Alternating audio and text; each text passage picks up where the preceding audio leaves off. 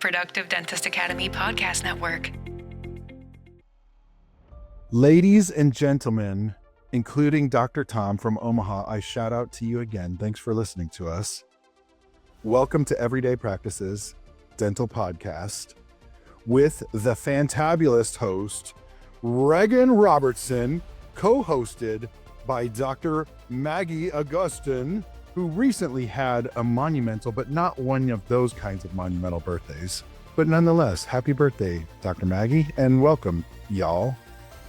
Thank you. I'm preparing for my 50th year. So I started my 50th year and I'm pretending that I'm 50 so that when it actually hits 50, it's not going to spot me in the face like a ton of bricks. Dr. Maggie, please tell us about your story of suction.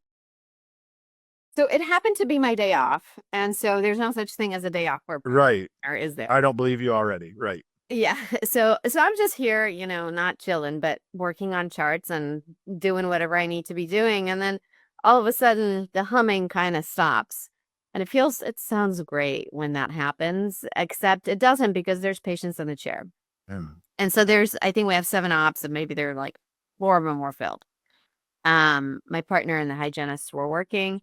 And then the suctions don't work. And now that sucks. And now the hand pieces don't work. And so what do? You call your best friend, Sandy, who works for DHP, and you say, hey, Sandy, help me out here. Mm-hmm. Send some people over, and it's Friday, right? So what are they going to do?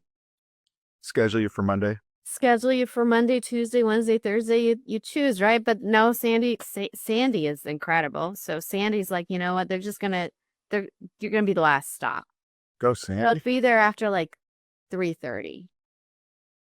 But you don't want to hold everybody here until 3:30. So I'm like, you know what? I'll just stay. I got plenty of work to do. And so I stayed, and then around 4:00, they're like, we'll be on our way. And so they come in. And sure enough, everything is down. And they're like, they're like looking at it and they're like, it's a power issue, right? And so my suctions are in the basement. My office used to be City Hall back in the day. So that where the suctions are right now used to be the little jail. Your practice is so cool because of this little feature. It's got unique little nooks and crannies. What time of day was this, by the way, with it? So I'm here with you virtually. So like this is like around 4:00. Okay. So they're going downstairs and they're like, this is a power issue. Like there's no power going to either your suctions or your compressor. And see, this building, 1886, we bought this about 20 years ago. The practice was established in 1980s. This practice was not built to handle, I think we have 23 computers, right? When we bought it, it had like maybe 1 or 2 computers in it. And so now you plug in a CDCT, now you plug in 2 computers in every op, scanners, glide wheel machines, you plug all that and things just aren't working very well, right? You start to think that maybe this place is possessed because computers are going on and off and all kinds of stuff is happening. Well, it used to be a jail? Downstairs, there was a holding cell. Yeah, because it is the spooky season. It is the spooky season. So they're like, there's a problem. So I had another guy come in not too long ago because we're having all these electrical issues, and he's like, you need a new panel. And that's like $20,000, right? So I already knew that there was issues, but I did not think that the issues were going to extend down into the basement. So they're like, listen, we don't deal with power, right? Power is a ComEd thing. Power is a power thing. Power is you got to get an electrician. So then you learn a few things in life. And as a dentist, you kind of learn to look at balanced things, right? It's like, how come the right doesn't look like the left? So I'm looking, so this is like these things are 2 next to each other, and there's like 2 boxes that hold power. Almost, there's like a lever that turns the power on and off. Wait, hold on. Almost like there's a lever, or was there a lever? There is a lever. Okay. So I'm looking at them and I'm like, one of these boxes doesn't look the same as the other. Right? And they're like, you're right. And we've been having breaker issues, because it's just older and we're overusing the power. And I said, what if the problem is that somehow something got tripped and this lever, which clearly there's been problems with it upstairs. What if there's a problem with the lever downstairs? Right? And they're looking at me and they're like, lady, that is you. Like, we're not touching that. We're not touching power. All we can tell you is that we think everything is okay, but the power is not. So like get ComEd, electrician, whomever you want in there. And so then I'm like, okay, what if I just moved some of the levers up and down, right? Just try it. Right? And they're like, you do you, right? We're not touching this because we're not electricians. We're not, but I'm like, I need to get back up and running because it's been kind of a slow year for us and we need the production and they're like, okay, you do you. God, this might electrocute me. I have no idea what I'm doing here, but let's just. Next thing you know, you throw the lever. No, I'm just thinking it's funny for comedic, it's like, it might electrocute me. So I flipped the lever. So I flipped the levers. I flipped the levers both back. And when you were doing it, did you feel this premonition of power or electrocution? Like, did you go, this could be it? Like, when you did it, were you like, I'm all in, I'm going to just push it up and either be a super success or it was a wah wah? I mean, like, did that run through your mind? No, I'd had it. I'd had it with the office. I'd had it with the Through tomorrow. Let's just flip the lever. Let's just flip the lever. I want to go home. Send me home or. You had no idea of what it was really going to do. You were just going to do it. I was just going to do it. I don't want to spend another $10,000. I want to find out. I want to go home. Right? Like, it's been a long day.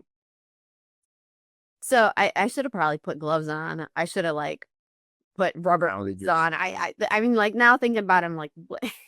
Some of the stuff I do in my life, my husband's like, how are you still walking? So I unplugged all the machines because that was the right thing to do, right? Because in case something happened, the last thing I wanted to do is blow them up. While you're electrocuting yourself. Yeah. Right. So I unplugged the machines and I turned the levers on or whatever, the direction, the other direction, and then the on direction. Okay. And we plug the suction and the compressor back in and it worked. Yes. So we didn't owe a whole lot of money. We didn't need to buy anything new. We went back upstairs. We turned everything back on. We made sure everything was working. But it's just, like you think about the resourcefulness of each one of us in that situation, including the fact that as a dentist, you have this gift/curse of looking at things and balancing them out. Like, your smile's crooked. My roof is crooked. Like you just have all these things that are not always a blessing that in this particular case turned out to be a blessing. And so we still need a new panel. I still need to fix the electrical issues that are in my office. But at the moment, the suctions and the compressors are working just fine. But really, I mean, like, as a dentist, as a practice owner, when something like that happens, it is an annoyance because forget production. I mean, don't forget production, but forget production. For a moment. For the moment. There's plenty of patients that don't understand. Right? They're like, that's not my problem. I took a day off of work. Fix me. Right? So there's plenty of lack of compassion in this world. Sure. That makes days like this even harder. Yeah. Well, yeah, anytime you're going to have a disruption, people don't necessarily, I think everyone has had it at one point in time because it's that what's the phrase? Everyone is living their own lives and has their own problems and their own things to solve. And so if they want to have something done at that moment and you are, experiencing a disruption, they might be okay with it, or they might not want to hear, but that's just added stress to it. So if I'm understanding you correctly, though, is this the final boss level of turn it on, turn it off, turn it off, turn it on, and then see if it works again? And that saved you $10,000? I mean, I'm hoping, right? So like, what do I spend this $10,000 on? A pair of shoes? Like, Absolutely. what did you say? Absolutely. Happy birthday to you.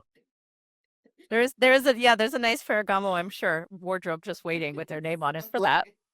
But the reason I wanted to make this an episode, especially, was because Chad and I were, setting up to record a few weeks ago, and you had this problem come about. And I think it's a good topic in and of itself, because as leaders, or anyone who has any level of responsibility, you have to tackle things that you are going to be unprepared for. And your ability to be adaptable through that speaks volume. And I'm curious, since both of you have been in practice for so long,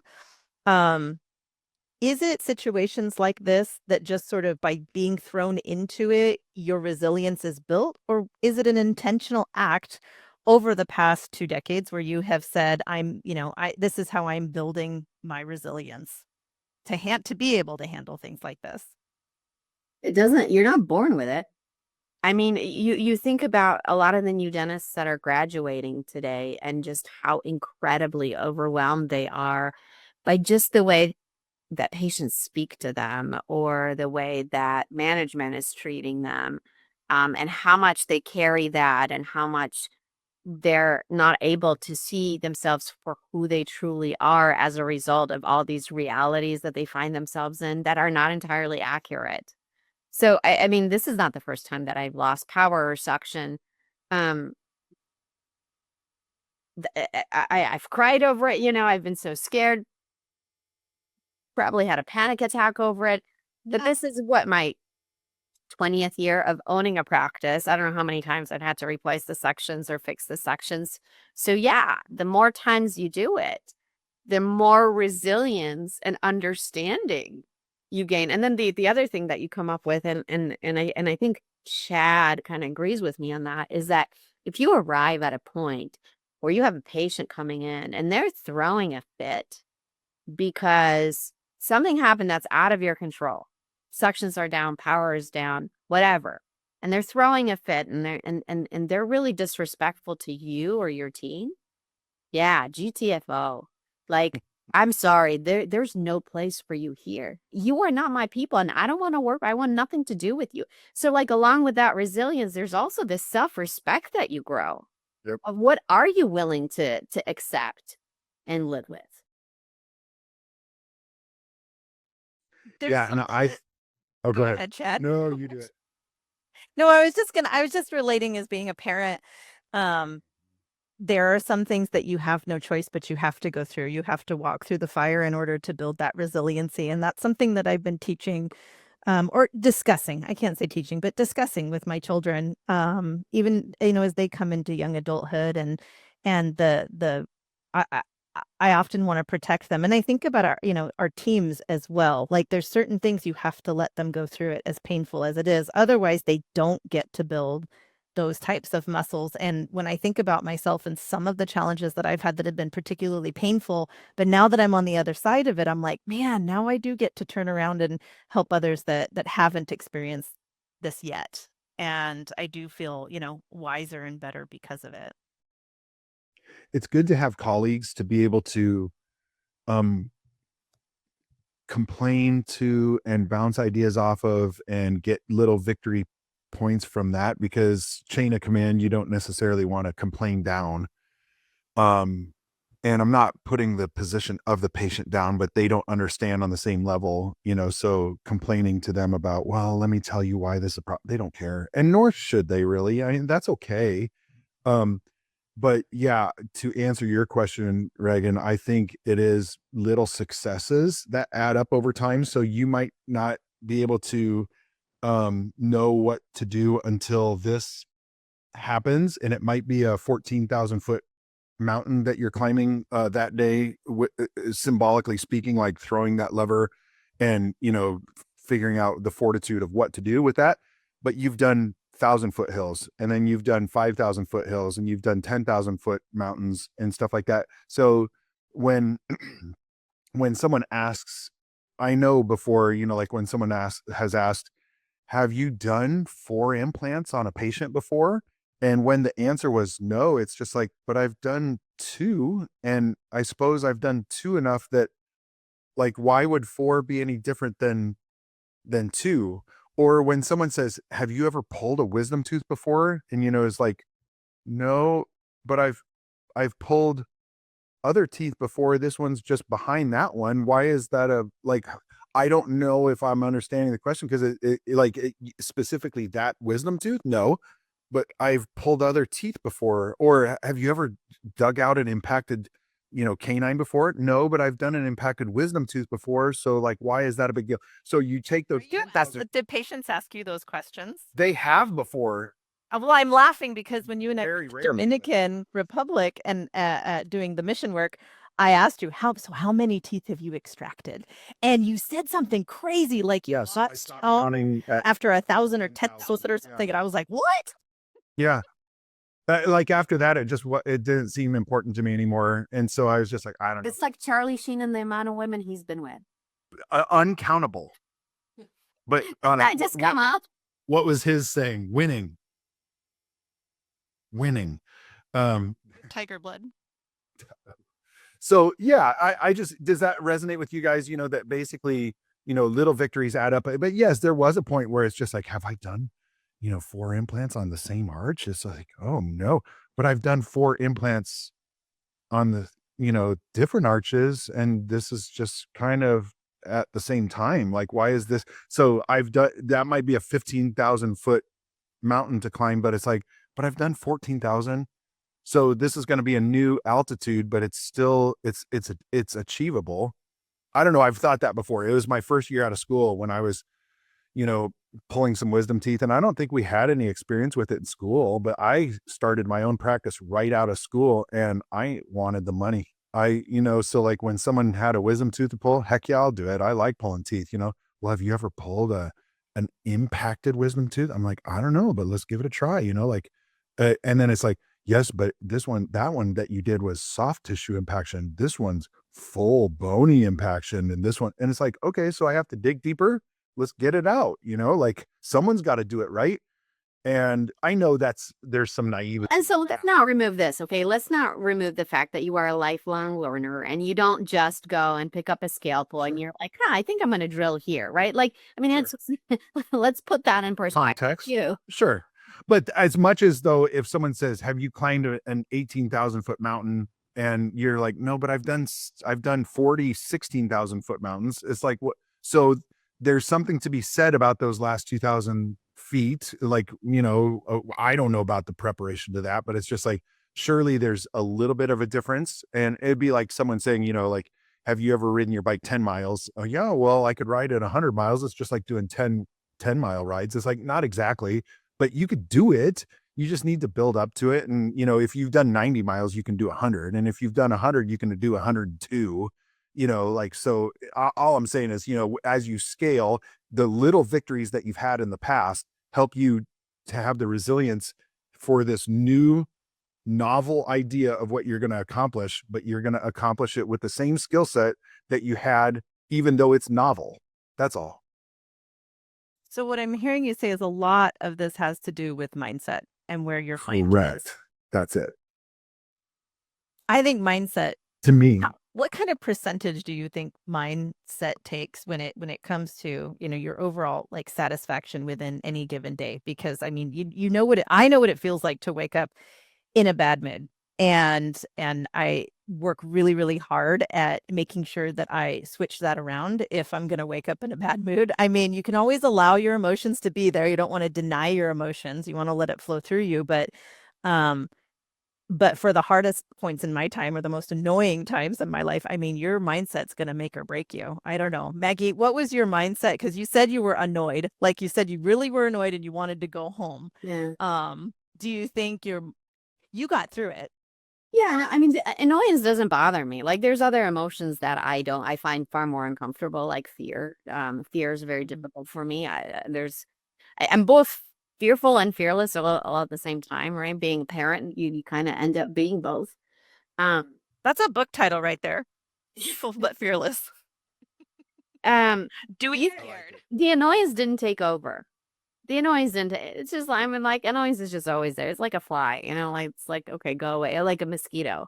But on a mindset question, I think it's my belief, and I mean, I've led my life how I've led my life, and I've always been very honest about the difficulties and the challenges, especially when it came to my mental illness.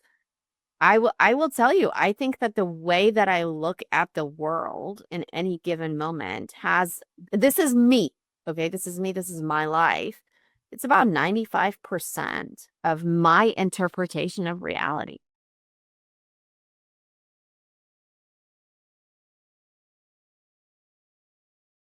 Our interpretation of reality.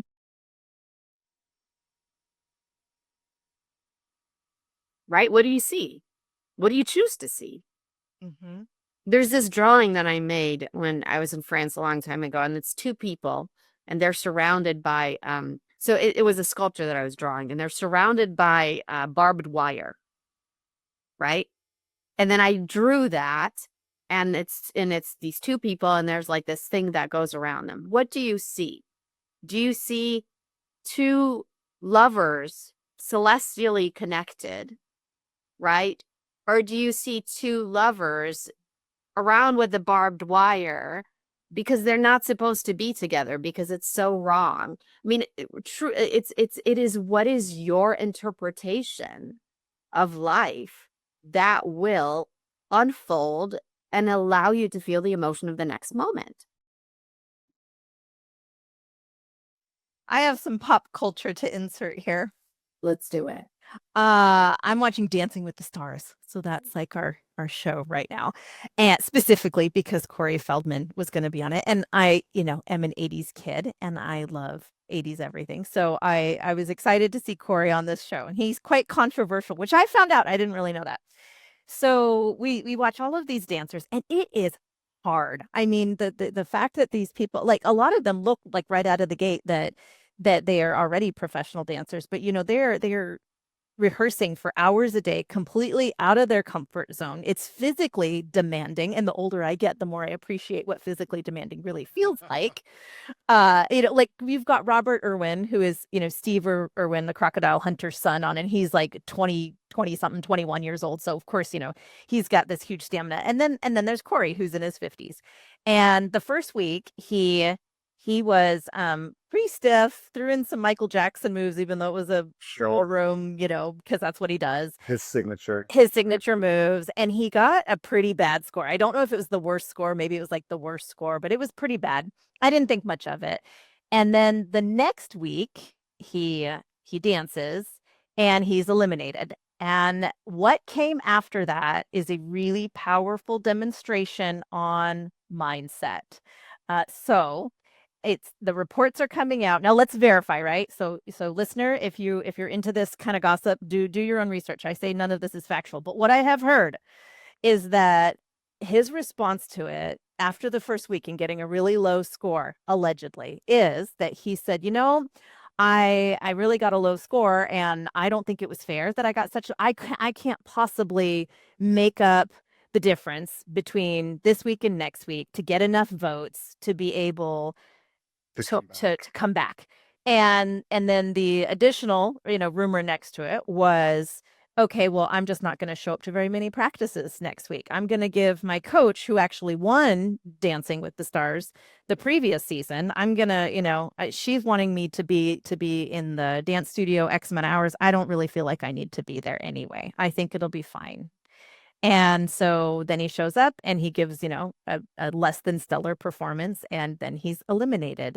And listening to that, regardless of whether or not that's really true, doesn't really matter. For the illustration purposes of this, your mindset can really make or break how you look at an outcome that it could go wildly two different ways. I think the other way to take that was, okay, I'm on the bottom, because my personality, especially around something that's fun and competitive, your livelihood isn't tied to it. I would be so motivated. I would be like, I will prove to you that I am going to be better. I'll hop up on the ibuprofen. I don't know. I'll ice myself. I will get myself in the red light in the sauna. I will do everything I can to prove that I deserve to be here. So you can go at it with that. And I think the moral of the story is bad things are going to happen to good people. There's nothing you can do to stop it. An outcome that you didn't desire is going to happen regardless of that. But what you do with it is up to you. You can either let it tank you, and you will get the outcome of you get the consequence of taking that action, or you can spin it a different way. And so in a, positive way, Maggie, when I hear your story, you're like, I wanted to go home. And that actually gave you this like millisecond of courage. And I think that's where it's fun to be fearful but fearless.